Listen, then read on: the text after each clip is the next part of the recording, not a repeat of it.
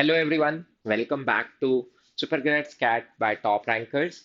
So today I am Mayur and will be helping you understand the important tools which are required to tackle your data interpretation.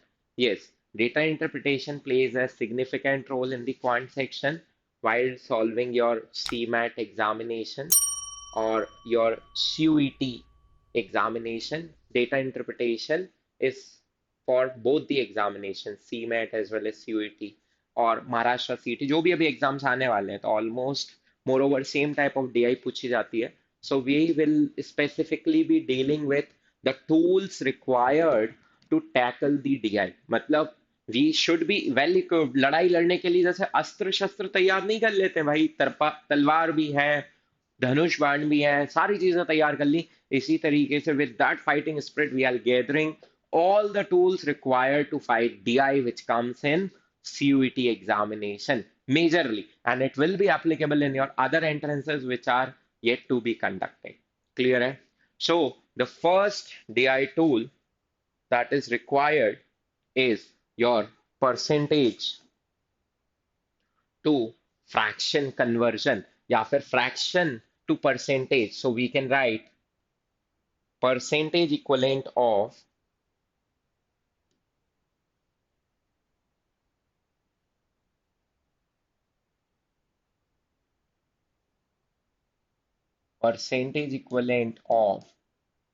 fractions. This is the very first thing you should be aware. हमने percentage की class में भी ये पढ़े हुए थे. हम इनको फिर से रिकॉल कर रहे हैं क्योंकि ये सबसे ज्यादा इंपॉर्टेंट रोल प्ले करते हैं throughout your quants and specifically when it comes to DI. तो जब भी हम परसेंटेज को फ्रैक्शन इक्विवेलेंट में कन्वर्ट करते हैं तो हम वन को मान लेते हैं कि 100% है. अगर 100% के इक्विवेलेंट है, होल होल मतलब पूरा, पूरे को अगर 100 हिस्सों में बांट दिया जाए तो 1/2 का मतलब 50%. ठीक है. अब आपने 2 पकड़ा है तो आप 1/3 भी लिख सकते हो. 1/3 का मतलब 33.33%. बट याद रखने में या फॉलो करने में सहूलियत जब होगी जब हम 2 के खानदान के सारे लोगों को याद कर लें एक ही जगह पे. तो 1/2 2 के खानदान में नेक्स्ट मेंबर आता है 4. खानदान मतलब multiple I am talking about. तो 2 4 आसान होगा रिलेट करना, will be equal to 25%. Then 1/8 will be equivalent to 12.5%, and then 1/16 which is equivalent to 6.25%. So these are the percentages equivalent of the fractions given. तो कहीं पे भी 1/2 दिख रहा है मतलब 50% की बात हो रही है या फिर 50% ऑफ समथिंग निकालने को बोल रहा है तो हमें हाफ का मल्टीप्लाई कर देना है. 25% की बात हो रही तो 1/4 का मल्टीप्लाई कर देना है. You can use them interchangeably. Percent दिया है तो फ्रैक्शन यूज कर लो अगर फ्रैक्शन की रिक्वायरमेंट लग रही है. फ्रैक्शन दिया है तो परसेंटेज यूज कर लो. याद रखने का तरीका, नंबर हाफ होता जा रहा है, ये हाफ होता जा रहा है. अरे ये थोड़ी ना कोई याद रखने का तरीका है, फिर तो हमें सीरीज बनानी पड़ेगी. याद रखने का बेस्ट तरीका बताऊं, एक अंदर की बात बताऊं.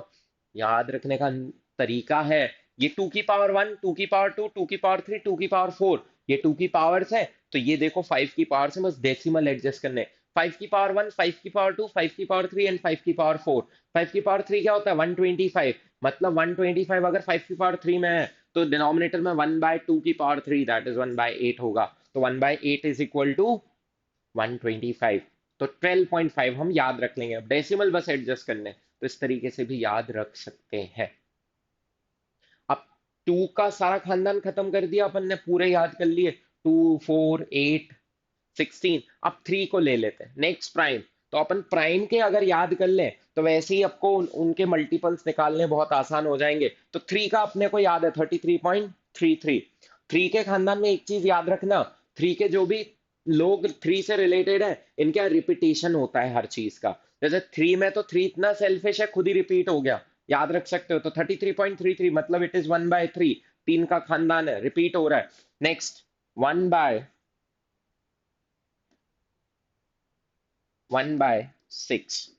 which is 16.6.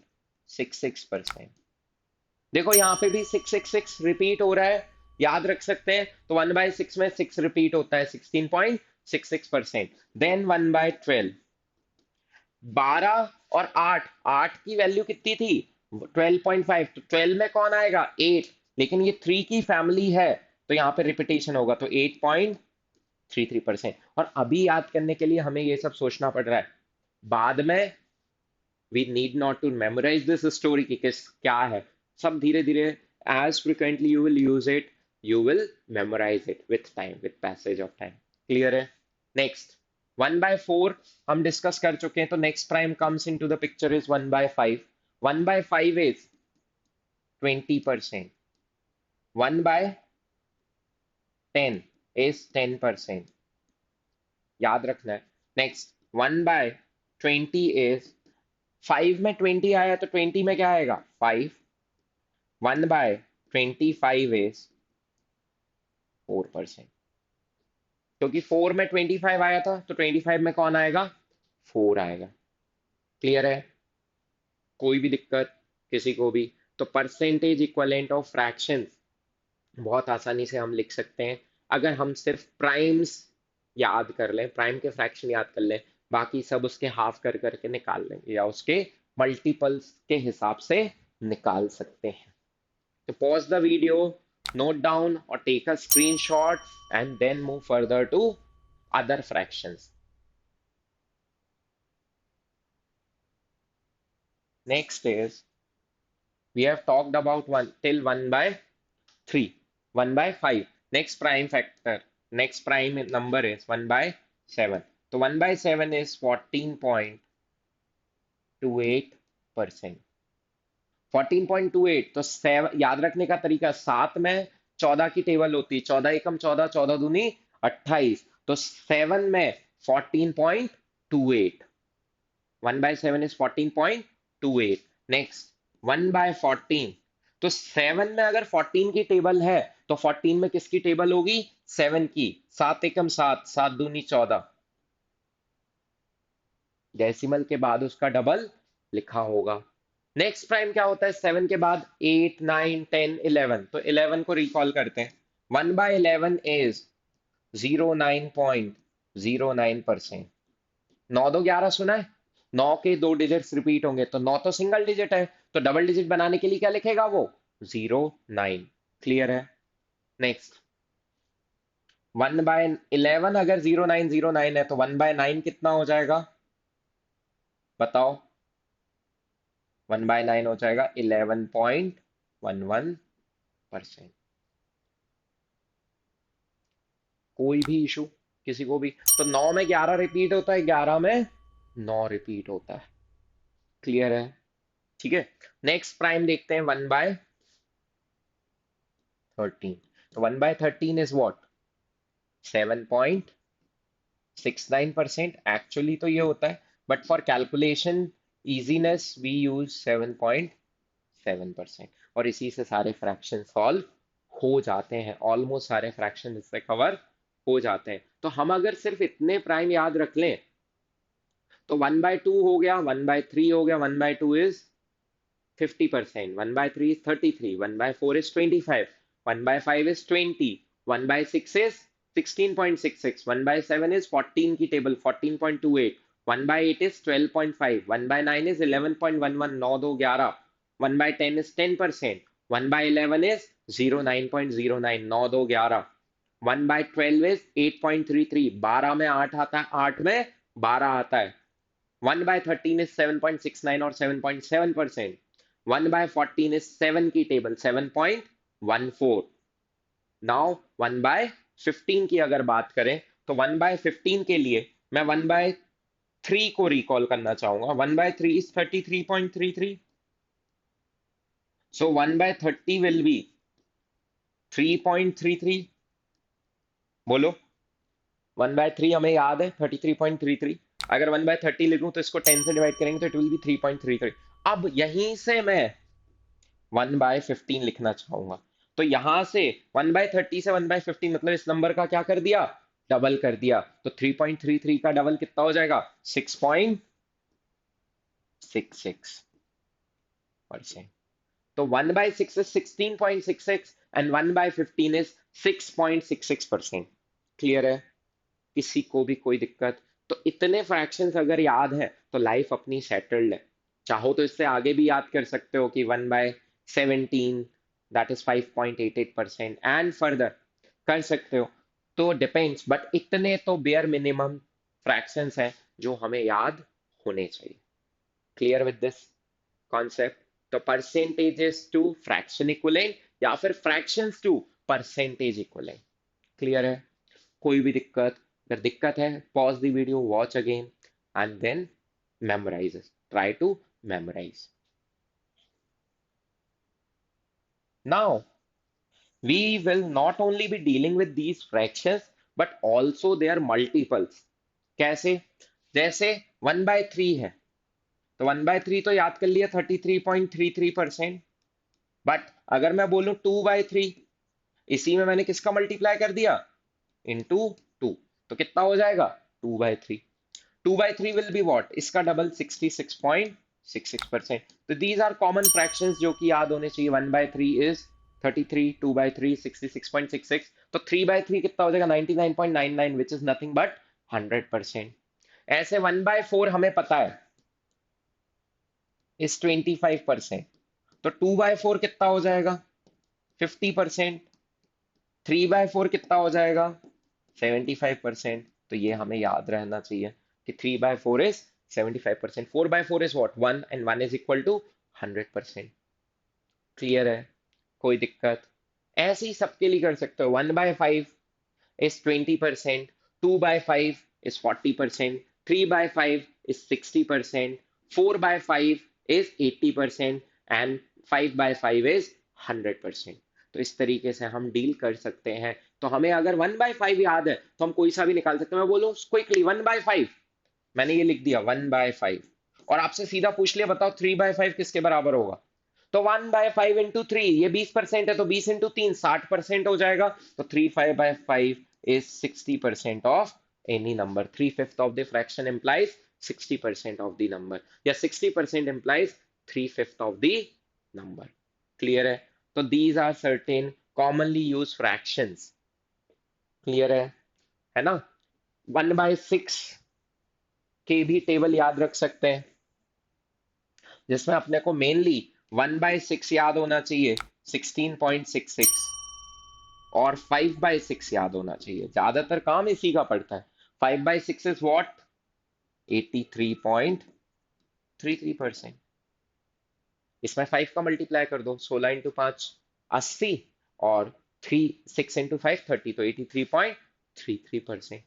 क्लियर है? कोई भी दिक्कत किसी को भी? समझ में आ रही बात? तो ऐसे करके धीरे धीरे धीरे धीरे once you practice DI, you will find certain fractions which will be commonly occurring. अब इसमें मैं 2/6, 3/6, 4/6, 5/6, मैं से सिर्फ दो की क्यों बात की? क्योंकि यही दो कॉमनली यूज्ड है, यही हमें बहुत सारी बार यूज करने, तो इसलिए इनकी बात कर ली हमने।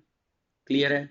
इस तरीके से एक और फ्रैक्शन पिक्चर में आ जाता है, that is 3/8, which is nothing but 1/8 पता है 12.5, 2/8 पता है 25, तो 3/8 कितना हो जाएगा? 25 प्लस 12, 37.5%। तो इसको भी हम डायरेक्टली याद रख लेते हैं कि कहीं पे भी 37.5% की बात हो रही है तो बात हो रही है 3/8 की।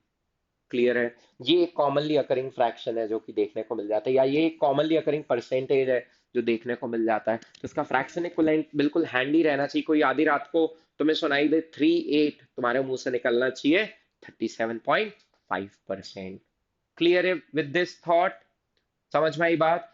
इसी तरीके से अपन 11 की पूरी सीरीज बना सकते हैं। डिनोमिनेटर में 11 है तो सामने 9 रिपीट हो रहा है। अगर डिनोमिनेटर में 11 और ऊपर 2 का मल्टीप्लाई कर दिया तो सामने 9 दूनी 18 हो जाएगा। तो इफ आई से 1/11, तो 09.09%। कोई दिक्कत इसमें? 1/11 की जगह अब मैं 7/11 अगर लिख दूं, तो यहां पे इसमें 7 का ही मल्टीप्लाई हो गया, तो 9 इंटू 7 63.63%। तो 7 का मल्टीपल, 9 का मल्टीपल कौन सा? 7th multiple of 9। अगर मैं यहाँ पे 4/9 11 लिख दूं, तो फोर्थ मल्टीपल ऑफ 9, 9 का फोर्थ मल्टीपल क्या होता है? 36.36%। Similarly we can deal with the denominator 9, क्योंकि हमें पता है 1/9 इज 11.11। तो अगर मैं बोल दूं 8/9, तो बिल्कुल नहीं सोचना, कौन सा मल्टीपल? 88.88%। और ये बिना परसेंट के सारी चीजें गलत है, तो अगर कहीं नहीं लगा हो तो हर जगह विथ परसेंट वैलिड है। क्लियर है? समझ में आई बात? तो how you will deal with this, बस लिख लो और उसके बाद एक्सपेरिमेंट करते रहो, देखते रहो, you will get to know कि बहुत सारे ऐसे फ्रैक्शंस है जो हम बहुत बार यूज कर रहे हैं, और उनको याद करने की कोशिश कर लो। I have covered majority of them, there are a few more which we will be learning further in this journey when we will be dealing with percentage change, percentage increase। ठीक है, ये तो पहली चीज हो गई जो कि डीआई ट्यूल में इंपॉर्टेंट है। नेक्स्ट इंपॉर्टेंट एस्पेक्ट जो है डीआई का, जो डीआई मेजरली डीआई में जो क्वेश्चंस रेज होते हैं वो होते हैं परसेंटेज चेंज के। किसके होते हैं? परसेंटेज चेंज के, या परसेंटेज कैलकुलेट करने के। तो परसेंटेज कैसे निकालते हैं? चार क्वेश्चंस बनते हैं, चार परसेंटेज में। A is what percent of B. दूसरा, A is what percent more than B. है ना? वी आर कंसिडरिंग कि ए जो है वो बी से बड़ा है ना? ये अपन ने कंसीडर किया हुआ है कि if A is greater than B, तो A is what percent of B. अगला क्वेश्चन क्या बनेगा? पहला क्वेश्चन था A is what percent of B, दूसरा क्वेश्चन है A is what percent more than B, तीसरा क्वेश्चन है B is what percent of A, और चौथा क्वेश्चन है B is what percent less than A. ये चार क्वेश्चंस होते हैं। इसमें हमने परसेंटेज की क्लास में बहुत अच्छे से डील किया था। इन चारों क्वेश्चन को टैकल करने का एक ही तरीका है, दिमाग में रखो किसको कंपेयर कर रहे हैं और किससे कंपेयर कर रहे हैं, और किस में कन्वर्ट कर रहे हैं। You need to keep in mind किसको कंपेयर कर रहे हैं, किससे कंपेयर कर रहे हैं, एंड किस में कन्वर्ट कर रहे हैं। सिंपल सी चीज। क्लियर है? तो एम्पिरिकल फॉर्मूला दिमाग में चलना चाहिए हमेशा कि किसको किससे और किस में कन्वर्जन चाहिए। ठीक है, तो इस चीज को अपन ध्यान में रखेंगे। तो A is what percent of B, तो किसको कंपेयर कर रहे हैं? ए को। किससे कंपेयर कर रहे हैं? बी से। आंसर किस में चाहिए? परसेंट में। ठीक है, next, A is what percent more than B. अगर ए बी से कितने परसेंट ज्यादा ये पूछा हुआ है, तो क्या पूछा हुआ है? मोर। और जब भी वर्ड होगी मोर की, मोर मतलब चेंज, लेस मतलब चेंज, मोर मतलब एक्स्ट्रा, इंक्रीज। तो जब भी मोर, लेस, रिड्यूस, इंक्रीज, डिक्रीज, इन सब की बात होगी, तो बात होगी किसकी? चेंज की। तो चेंज कैसे आइडेंटिफाई करते हैं? जब बोला हो मोर, जब बोला हो लेस, जब बोला हो इंक्रीज, जब बोला हो डिक्रीज, जब बोला हो रिड्यूसेस। ठीक है, ये सारे वर्ड अगर यूज किए हैं तो किसकी बात हो रही है बेटा? चेंज की बात हो रही है। और जब भी चेंज की बात होगी, हम क्या लेके आएंगे पिक्चर में? डिफरेंस। क्या लेके आएंगे पिक्चर में? डिफरेंस। क्लियर है? तो डिफरेंस लाने के लिए A is what percent more than B, मैं किसको कंपेयर कर रहा हूं? उस मोर देन को कंपेयर कर रहे हैं। मोर देन कौन है? ए माइनस बी, अपॉन किससे कंपेयर कर रहे हैं? More than B. किससे कंपेयर कर रहे हैं? बी से। कन्वर्ट किस में करना चाहते हैं? परसेंट में, तो divided by B multiplied by 100। B is what percent of A, किसको कंपेयर कर रहे हैं, बी को किससे, ए से, multiply by 100। B is what percent less, less मतलब चेंज की बात हो रही है, तो किसको कंपेयर कर रहे हैं, उस चेंज को। चेंज कितना हुआ है, बी कितना कम है ए से, तो अगेन माइनस बी अपॉन ए इंटू 100। कंपेरिजन किससे हो रहा है, ए से, तो डिनोमिनेटर में क्या आएगा, ए आएगा। कोई दिक्कत किसी को भी, जरा सी भी, समझ में आ रही है बातें, ठीक है। तो परसेंटेज चेंज से कैसे डील करना है, ये चार आपके पास टूल्स हैं, इनको रिकॉल कर लो, कंठस्थ कर लो कि किस तरीके से हमें परसेंटेज चेंज से डील करना है, ठीक है। ये मेजर क्वेश्चंस होते हैं डीआई में, percentage increase, percentage change, percentage reduce, A is what percent of B, B is what percent of A. तो ये चार चीजों से आपके मेजर कॉन्सेप्ट सॉल्व हो जाएंगे। Note it. And now let's move further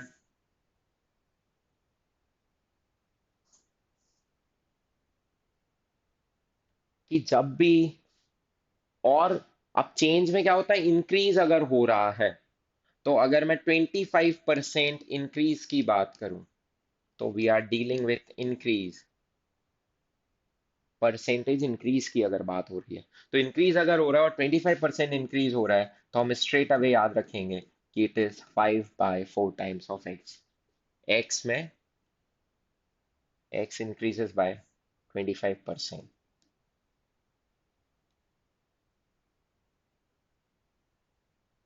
percentage increase की बात हो रही है अगर, तो एक्स इंक्रीजेस बाय 25% अगर बोला है, तो सीधा हम किसका मल्टीप्लाई कर देंगे, 5/4 का, क्योंकि 1/4 25%, 2/4 50%, 3/4 75%, 4/4 100%, 5/4 तो 1+1/4। दिमाग में क्या विजुअलाइज करके चलेंगे, 1+1/4।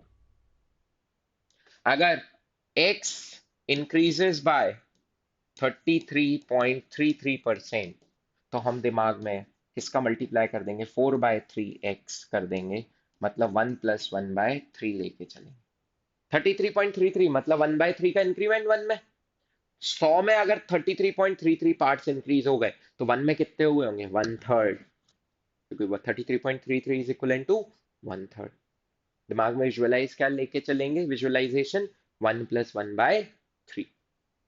अगर x इंक्रीजेस बाय 50%, तो दिमाग में क्या लेके चलेंगे, 3/2 टाइम्स ऑफ x। ब्रेक कैसे करेंगे इसको, 1+1/2। दिमाग में ये इमेज रखनी है अपने को। x इंक्रीजेस बाय 10%, 10% है तो 11/10। 20% है तो क्या लेके चलेंगे, 6/5x। 5/5 1, 1+1/5, 1/5 इज 20%। क्लियर है, तो इस तरीके से और भी फ्रैक्शंस हम बना सकते हैं। ये बात हो गई परसेंटेज इंक्रीज की। Please pause the video, note it down, try to understand, try to learn them, ठीक है। नेक्स्ट बात होगी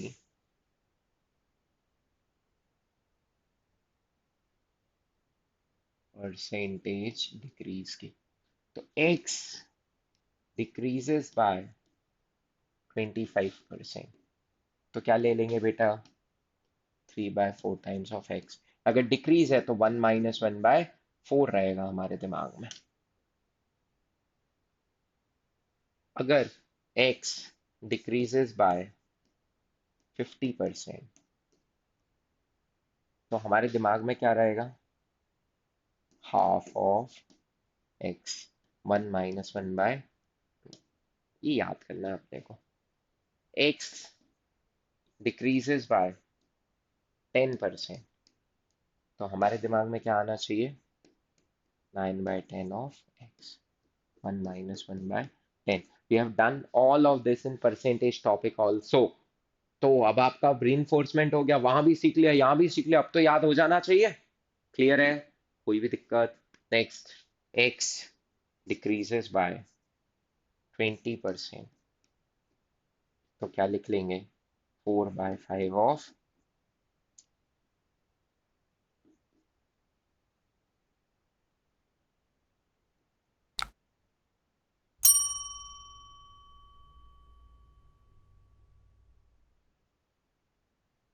दिमाग में क्या चलना चाहिए? 1 - 1/5। क्लियर है? Last but not the least, और भी बना सकते हो तुम। मैं सिर्फ कुछ वैसे बना रहा हूँ जो बहुत ही कॉमनली अकरिंग है।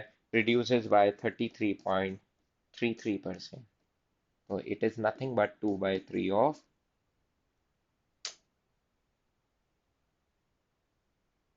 यहाँ पे यहाँ तक तो लिख ही लिया था।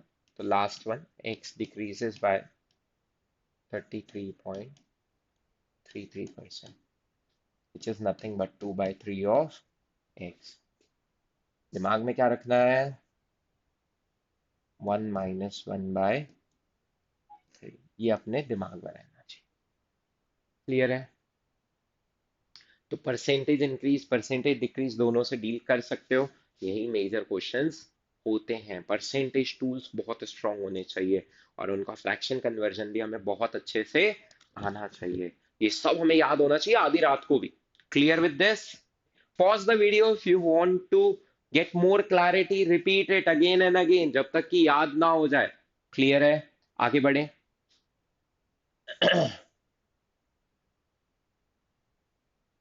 Now, there comes one more concept which is very familiar in DI, that is averages.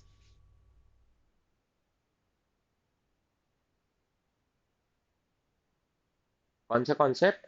Averages. तो अगर मैं एवरेज की बात करूं, तो एवरेजेस जो है वो क्या होते हैं?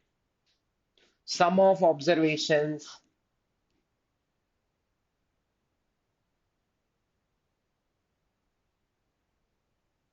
अपॉन नंबर ऑफ ऑब्जर्वेशंस, ये होता है। तो अब एक एग्जांपल लेते हैं।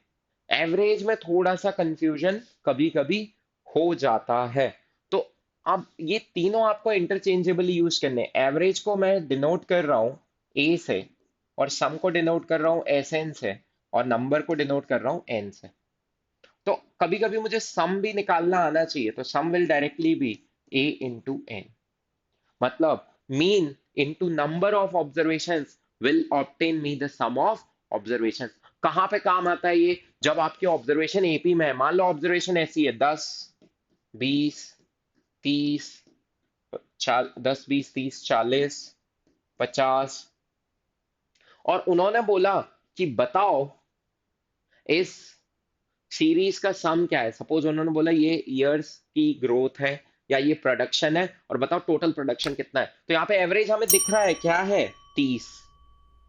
तो मैं डायरेक्टली 30 का मल्टीप्लाई किस में कर दूं? 1, 2, 3, 4, 5। अगर मैं 5 में मल्टीप्लाई कर दूं 30 का, तो आंसर आ जाएगा सीधा सीधा। क्लियर है? कोई भी दिक्कत? तो 30 × 5, सम टोटल इज 150। तो मीन अगर टर्म्स एपी में है तो दो चीजें सीखने मिली। एक तो जो मिडिल टर्म होता है वही मीन होता है अगर नंबर ऑफ ऑब्जर्वेशंस क्या है? ऑड है। दूसरी चीज, अगर मैं मीन का मल्टीप्लाई एन में कर दूं तो मुझे सम ऑफ ऑब्जर्वेशंस मिल जाता है। क्लियर है? तो if number of observations are odd, तो क्या लिख सकते हैं हम? मिडिल इस एग्जाम्पल के नीचे ही लिखना, middle term is equal to mean. और कंडीशन क्या है? Terms are in AP. ये प्राइमरी कंडीशन है कि terms are given in AP and the number of observations are odd, then the middle term will be the mean of the observation. तो sum total हम directly निकाल सकते हैं। Clear है? कोई भी दिक्कत? Please make a note of this. एक चीज, दूसरा concept, please pause the video, note it, and then move further. इसमें फर्दर कॉन्सेप्ट होता है वेटेड एवरेज का।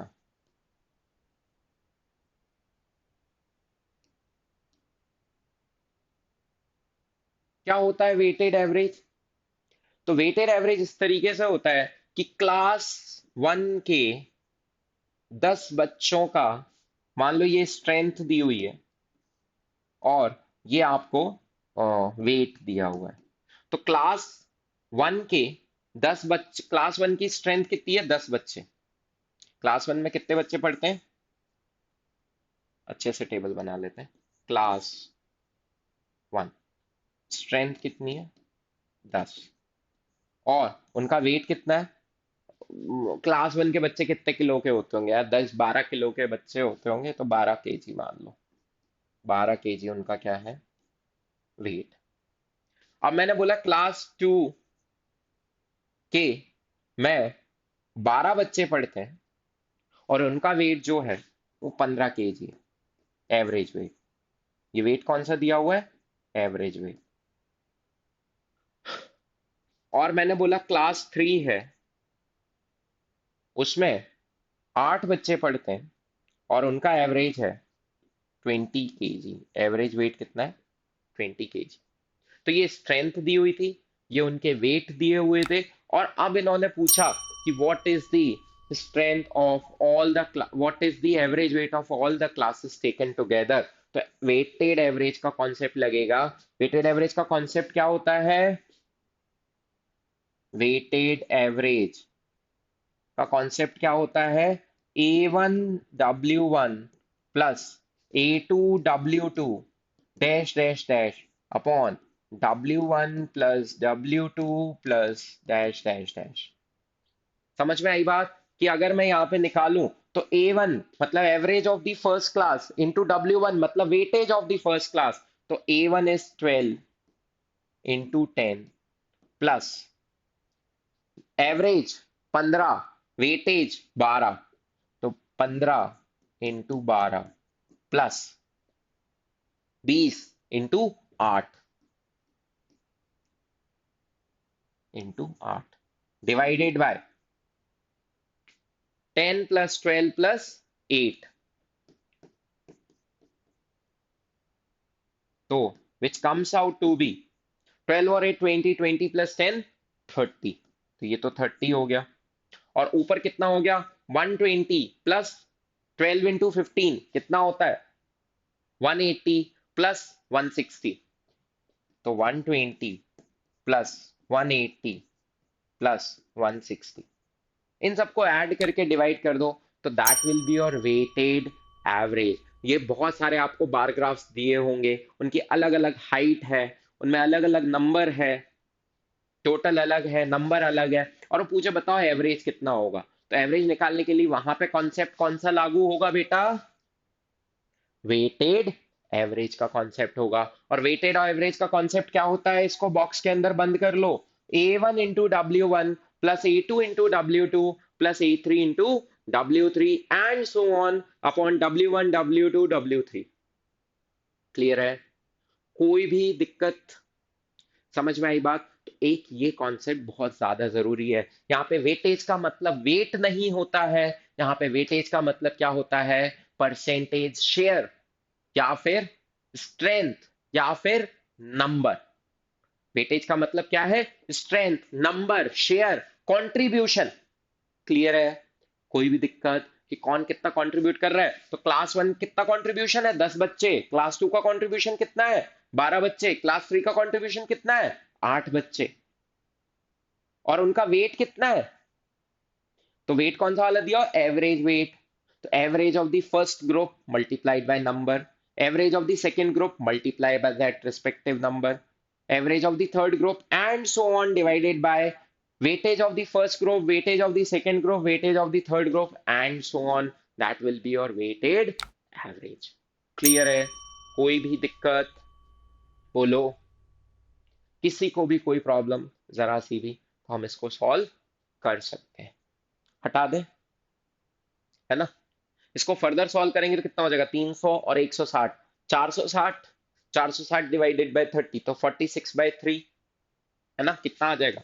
460 अपॉन 30, जीरो से जीरो कैंसिल, तो 46/3। 46 3 की टेबल में कितनी बार आएगा?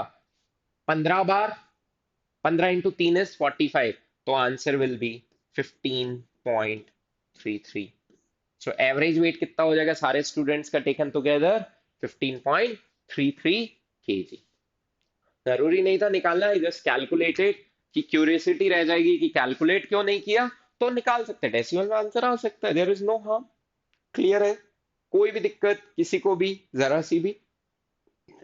आगे बढ़े। अच्छा,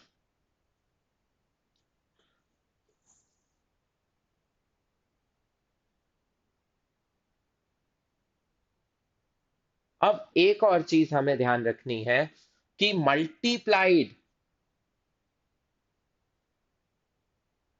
bye 5, multiplication by 5 implies we are dividing by 2 and can be used interchangeably. Similarly, divided by 5 implies we are multiplying by 2 and can be used interchangeably. कैसे? एक एग्जांपल देखते हैं। और एक और चीज का ध्यान रखना है, विथ, पूरा नोट बना लो पहले, with correction of 1 digit, with correction of 1 digit, एक डिजिट करेक्ट करनी। डिवाइड कर रहे थे तो डिजिट डिक्रीज कर दो, मल्टीप्लाई कर रहे थे तो डिजिट इंक्रीज कर दो। एग्जाम्पल से ज्यादा अच्छे समझ में आएगा। तो मैंने अगर आपसे बोला 111 डिवाइडेड बाय 5, मुझे बिल्कुल भी नहीं सोचना है कि 111 डिवाइडेड बाय 5। कर सकते हो, 5 से डिवीजन बहुत आसान होता है, पर मैं ये क्यों सोचूं जब मेरे पास ये टूल है, मैं इसको 2 से रिप्लेस कर सकता हूं, और 2 से मल्टीप्लाई करना इस नंबर में बहुत आसान है। क्या होगा इसको अगर मैं 2 से मल्टीप्लाई कर दूं, तो rather than going this way, I will go this way, multiply by 2, so the answer will be 222। अब मुझे ये समझ में आ रहा है, डिवाइड कर रहा हूं तो नंबर क्या होना था? छोटा होना था, तो आंसर 222 नहीं हो सकता, तो मैं यहाँ पे एक डेसिमल लगा दूंगा। तो विथ करेक्शन ऑफ 1 digit, एक डिजिट करेक्ट कर दी ना, 222 नहीं होगा आंसर, 22.2 होगा आंसर। गॉट इट और नॉट? एक बार और सीखते हैं कि डिवाइडेड बाय 5 लिखा था, it will consume 10-20 seconds, 20 seconds की जगह अगर मैं 2 सेकंड्स में आंसर ला रहा हूं, 111 मल्टीप्लाई बाय 2 इज 222, और एक डेसिमल करेक्ट करना है 22.2। क्लियर है? किसी को भी कोई दिक्कत जरा सी भी इस बात में? ठीक है, और एग्जांपल ले लेते हैं। जैसे मैंने अगर लिख दिया 707 डिवाइडेड बाय 5, मुझे बिल्कुल दिमाग नहीं लगाना, I will not go that way, I will go another way. Another way is multiply, divide by 5 है तो इसको मल्टीप्लाई बाय 2 से रिप्लेस करते हैं। 7 दूनी 14, 7 दूनी 14, so the answer is 1414। But एक डेसिमल करेक्ट करना है, सो इट विल बी 141.5। एक डेसिमल इंट्रोड्यूस कर दिया बस मैंने, यहाँ पे भी एक डेसिमल इंट्रोड्यूस। तो अगर डिवीजन है तो नंबर ऑफ डिजिट्स क्या करेंगे? Decrease. With correction of 1 digit को कैसे लिख सकते हैं कि अगर ओरिजिनली डिवाइड कर रहे थे तो रिड्यूस बाय पुटिंग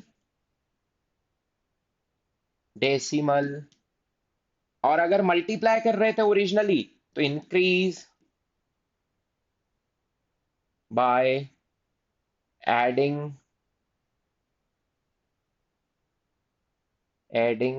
0।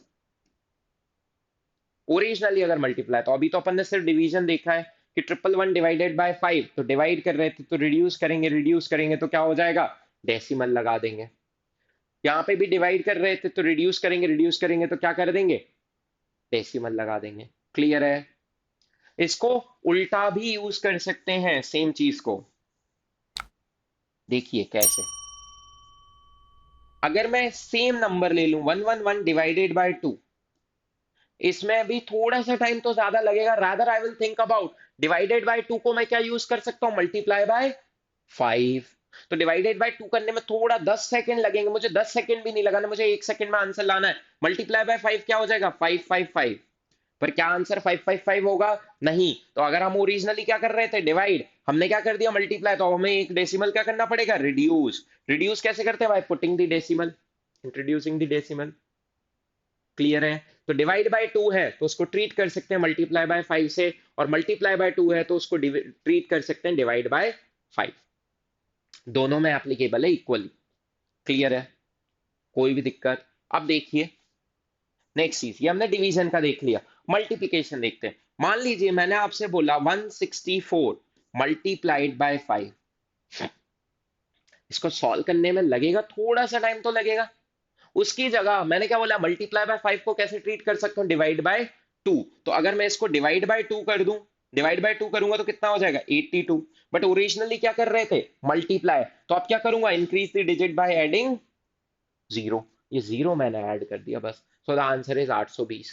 कोई भी नंबर का कर सकते हो। मैं आपसे बोलूं 722 मल्टीप्लाई बाय 5, बिल्कुल सोचने की जरूरत नहीं, इसका हाफ कर दो। इसका हाफ कितना होगा, 361। और एक आखिरी में क्या लगा दोगे, जीरो। क्लियर है? कोई भी दिक्कत? तो मल्टीप्लाई बाय 5 को हम डिवाइड बाय 2 ट्रीट कर सकते हैं, डिवाइड बाय 5 को मल्टीप्लाई बाय 2 ट्रीट कर सकते हैं, and inversely they can be use both the ways. So this is again important rule, क्योंकि मल्टीप्लीकेशन बाय 5 बहुत फ्रीक्वेंटली होता है, बहुत फ्रीक्वेंटली। 5 से मल्टीप्लाई जहां तक करते ही रहते हैं, या डिवाइड बाय 2, हाफ कहीं भी करना पड़ जाता है नंबर का। तो हाफ करते वक्त देख लो, अगर 5 से, अब जरूर नहीं है हर जगह जबरदस्ती लगाओ, कहीं पे डिवाइड बाय 2 बहुत आसान है, 10 दिया है, पर नहीं हम तो मल्टीप्लाई बाय 5 करेंगे, फिर डेसिमल हटाएंगे। अरे भाई क्यों, जहां पे हो रहा है वहां पे नहीं, जहां पे थोड़ा आसान हो रहा है दूसरे तरीके से, तो वो यूज कर लेंगे। क्लियर है? कोई भी दिक्कत किसी को भी, जरा सी भी? आगे बढ़े? ठीक है। तो हम ये दोनों चीजें भी याद रखेंगे कि 5 और 2 का बहुत रिश्ता है। अभी क्लास भी स्टार्ट यहीं से की थी, 1/2 इज 50%, 1/4 इज 25। तो डिवाइड बाय 2 करते जा रहे हैं, तो सामने वाले को क्या करते जा रहे हैं, multiply by 5, but with correction of 1 decimal. Class की स्टार्टिंग वाला फ्रैक्शन देखना। ठीक है। तो वेटेड एवरेज समझ में आ गया। एक और चीज होती है, जैसे 2010, 2011, 2012 और 2013, ये 4 साल तक किसी एक कंपनी का प्रोडक्शन दिया हुआ है। यहाँ पे 10 मिलियन टन्स है, यहाँ पे 20 मिलियन टन्स है, यहाँ पे 30 मिलियन टन्स है, यहाँ पे 40 मिलियन टन्स है, और 2014 भी ले लो, यहाँ पे 50 मिलियन टन्स। ये इसका दिया हुआ है कि हर साल 10-10 मिलियन टन। तो किस साल सबसे ज्यादा परसेंटेज ग्रोथ हुई है, किस साल सबसे ज्यादा परसेंटेज ग्रोथ हुई है? तो जब भी ग्रोथ की बात होगी, तो अगर मैं यहां से यहां तक चेक करूं, तो ग्रोथ कितनी हुई है, ये आपकी वैल्यू क्या है, फाइनल। ये वैल्यू क्या थी, इनिशियल। तो जो अपन ने ए और बी के टर्म्स में देखा था ना, वो फाइनल और इनिशियल के टर्म्स में भी देख सकते हैं कि फाइनल ग्रोथ, ग्रोथ मतलब चेंज, चेंज मतलब डिफरेंस, डिफरेंस मतलब फाइनल माइनस इनिशियल, अपॉन किससे कंपैरिजन होगा, इनिशियल से। क्योंकि growth over over previous year होती है, ग्रोथ हमेशा किसके ऊपर होती है, प्रीवियस ईयर के ऊपर होती है। Multiply by 100। तो अगर मैं यहां से यहां तक की ग्रोथ पूछूं, तो कितनी हो जाएगी बेटा, 20 - 10 divided by 10, that is 10/10, which is equal to 100% growth into 100। यहां से यहां देखें तो 20 से 30 हो गया, तो 30 - 20 दैट इज 10, 10/20, चेंज कितना है 10 का, over 20 into 100, which is nothing but 50% growth. तो यहां से यहां तक 50% ग्रोथ, यहां से यहां तक 100% ग्रोथ, यहां से यहां तक कितनी ग्रोथ हुई है, तो चेंज कितना है 10 का ही है। बट पिछले साल कितना था, इनिशियल कितना था 30, multiply by 100, which is nothing but 33.33% growth. यहां से यहां तक कितने का चेंज है, 10 का, ओवर 40 इंटू 100, तो कितनी ग्रोथ 25%। तो 10 से 11 तक कितनी ग्रोथ, 100%। अगर हम इसका चार्ट बनाए तो 11 से 12 तक कितनी ग्रोथ, 11 से 12 तक 50%, 12 से 13 तक इट इज 33.33%, 13 से 14 तक कितनी ग्रोथ है, 25%। तो these were the growths in the given years. Clear है? कोई भी दिक्कत किसी को भी? ठीक है, दिख रहा है सबको, समझ में आया कैसे किया? Final minus initial upon initial into 100, that will be your growth. और इंक्रीमेंट ओवर प्रीवियस ईयर। और चेंज, मैं नहीं बोल रहा हूं ग्रोथ ही हुई हो, डिक्रीज हो जाए। अब ये 2015 में 50 से सीधा 30 हो जाए तो there will be a decrement. Again final minus initial, तो 2014 से 15 तक मान लो ये 30 हो जाए वापस से, तो यहां पे क्या होगा? फाइनल माइनस इनिशियल, फाइनल कितना है 30, माइनस 50 ओवर 50 इंटू 100, तो ये कितना हो जाएगा? 20/50, विच इज नथिंग बट -40%। तो बिल्कुल परेशान नहीं होना, ये फॉर्मूला हमेशा ट्रू होल्ड करेगा। फाइनल माइनस इनिशियल, जरूरी नहीं है कभी कभी इनिशियल माइनस फाइनल करना पड़े, नहीं नहीं, माइनस साइन ये डिनोट कर रहा है कि it has decrease. Minus sign अपने आप में क्या बता रहा है? कि इट हैज डिक्रीज। तो हमें बिल्कुल परेशान नहीं होना, नेगेटिव आ रहा है मतलब डिक्रीज हुआ है, और पॉजिटिव आ रहा है मतलब इंक्रीज हुआ है। यहाँ पे सारे पॉजिटिव आ रहे थे, तो अगर मैं 15 तक की बात करूं तो वहां पे क्या हुआ? नेगेटिव आ रहा है, डिक्रीज हुआ है। तो पहली चीज तो ये समझनी कि जब भी चेंज की बात होगी, पॉजिटिव आ रहा है तो इंक्रीज हुआ है, नेगेटिव आ रहा है तो डिक्रीज हुआ है। अब इसी में आपने बहुत अच्छे से सारी ग्रोथ निकाल ली और हमने लिख के रख ली। अब अगर मैं यहां पे आपसे पूछूं कि बताओ average annual growth from 2010 to 2014, 15 की हम बात नहीं करेंगे क्योंकि वहां पे डिक्रीमेंट है, तो 15 तो जस्ट फॉर एग्जांपल था, बट 10 से 14 तक कितनी एवरेज एनुअल ग्रोथ है? तो हम क्या करेंगे, ये जो ग्रोथ हमने लिखी हुई है इनको ऐड करके 100 plus 50 plus so divided by 4, क्या ये करेंगे? नहीं, इसको लिख के क्रॉस कर लो, ये गलत है। उन्होंने एवरेज ऑफ ऑल ग्रोथ नहीं पूछा है, उन्होंने एवरेज एनुअल ग्रोथ रेट पूछा है। मतलब एवरेज एनुअली कितना ग्रो करता कि वो 2014 का टारगेट मीट कर जाता। कितना था यहाँ पे? कितना था? 10 20 30 40 और यहाँ पे 50। तो हमें सिर्फ फाइनल वैल्यू से मतलब है। फाइनल वैल्यू कितनी हो गई 2014 में? 50। इनिशियल वैल्यू कितनी थी? 10। तो ये गलती मत करना, नोट करके क्रॉस करो इस चीज को। ये तो कतई नहीं करना है। एवरेज ऑफ ग्रोथ नहीं पूछा हुआ है, उन्होंने एवरेज एनुअल ग्रोथ रेट पूछा है कि धीरे धीरे कितना बढ़ा है कि 50 तक पहुंचा है। तो हम क्या करेंगे, फाइनल वैल्यू कितनी अपनी 50, इनिशियल वैल्यू कितनी थी 10, डिवाइडेड बाय टोटल। अब डिवाइड किससे करोगे? 1 2 3 4 5 से या 4 से? तो यहां पे अगेन फिर एक कॉन्ट्राडिक्शन रेज होता है कि 4 से डिवाइड करें या 5 से, तो वो भी सीख लो कि it will be net change over, net percentage change over n-1। n-1 किसको डिनोट कर रहा है? इंटरवल्स को। यहां पे n क्या? नंबर ऑफ ईयर, क्योंकि ये पहली ग्रोथ है। 10 से 11 पहली ग्रोथ है, 11 से 12 दूसरी है। तो ग्रोथ करने के लिए हमें कितने ईयर चाहिए होते हैं? 2। सिंगल ईयर में थोड़ी ना ग्रोथ काउंट होती है। तो 10 से 11 पहली, 11 से 12 दूसरी, 12 से 13 तीसरी, 13 से 14 चौथी। तो कितनी ग्रोथ है? भले ही ईयर्स 5 हो चुके हैं लेकिन ग्रोथ कितनी है? सिर्फ 4। तो total number of year 1 2 3 4 5, that is n। n मतलब नंबर ऑफ ईयर्स और n-1 मतलब नंबर ऑफ इंटरवल्स। तो नेट चेंज कितने का हुआ अपना? 50 माइनस 10 ओवर 10 इंटू 100%।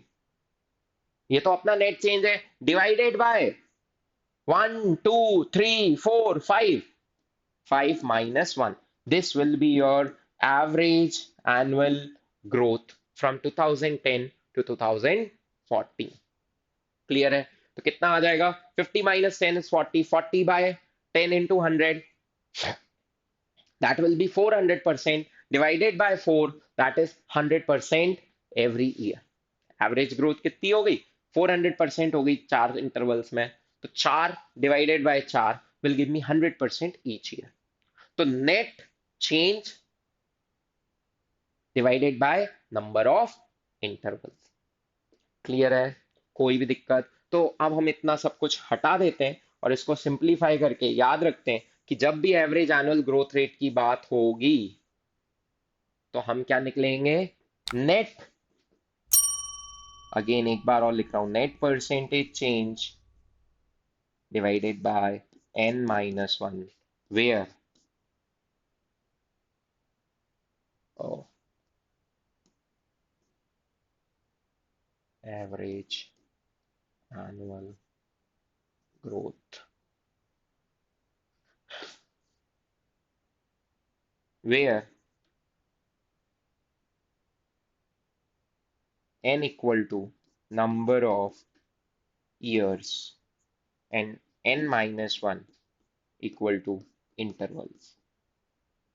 नोट कर लो इस चीज को, ठीक है। किसी को भी कोई प्रॉब्लम इस चीज में, ठीक है। तो एक ये चीज आपकी नोट करने की है, इसको पॉज कर ले, लिख ले, and we are going with one more tool of for important for DI, that is successive percentage change. Successive percentage change कि फर्स्ट इंक्रीमेंट जो है वो A% का है सपोज, सेकेंड इंक्रीमेंट जो है वो B% का है, तो नेट चेंज जो है वो A plus B plus AB upon 100 का होगा, net change in percent. Net percentage change कितने का होगा, A plus B plus A B by 100 plus, क्योंकि यहां पे इंक्रीमेंट है, अगर मान लो डिक्रीमेंट होते, पहले इंक्रीमेंट होता A% का और फिर डिक्रीमेंट होता B% का, तो हम B को क्या लेते, माइनस साइन के साथ, तो नेट चेंज कितना होता अपना, A माइनस बी। अब A इंटू बी में भी माइनस आ जाएगा तो ए बी बाय 100। तो बिल्कुल परेशान नहीं होना, इंक्रीज को प्लस साइन के साथ लेना है और डिक्रीज को माइनस साइन के साथ लेना है, and this formula is applicable everywhere. Discount में भी अप्लाई कर सकते हो, प्रॉफिट, दो सक्सेसिव प्रॉफिट दो सक्सेसिव लॉस, वहां भी अप्लाई कर सकते हो, एक प्रॉफिट एक लॉस वहां भी अप्लाई कर सकते हो। तो it is nothing but A plus B plus A B by 100। Let us see a few examples. If I say there is a 10% growth followed by 20% growth, तो नेट परसेंटेज चेंज कितना होगा, तो net percent change will be, कुछ नहीं सोचना, A plus B 10 plus 20 plus 10 into 20 divided by 100, that is nothing but zero से zero cancel, zero से zero cancel is 32%। See clear है। अगर मैं यहीं पे बोलता 10% ग्रोथ या 10% इंक्रीमेंट एंड देन 30% डिक्रीमेंट, तो बताओ नेट चेंज कितना होगा, तो कुछ भी नहीं सोचना है,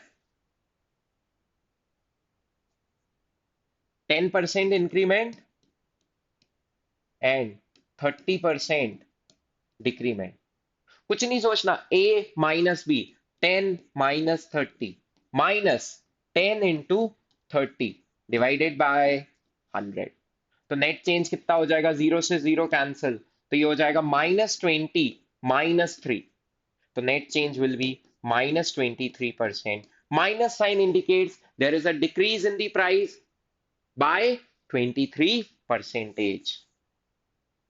क्लियर है, कोई भी दिक्कत, तो बिल्कुल परेशान नहीं होना है, इंक्रीज आ जाए डिक्रीज आ जाए, we can use this formula everywhere, A plus B plus A B upon 100, that will be the net change. Clear है। So this is all about DI tools which will be applicable throughout your DI. In any exam you can apply, but majorly in CUET, these important things play a important role while solving the questions. So keep liking, sharing, and subscribing, and please do comment in the comment box and let us know with your queries, your doubts, and whatever you want to know about any other examination or how we can help you. Thank you and please keep practicing.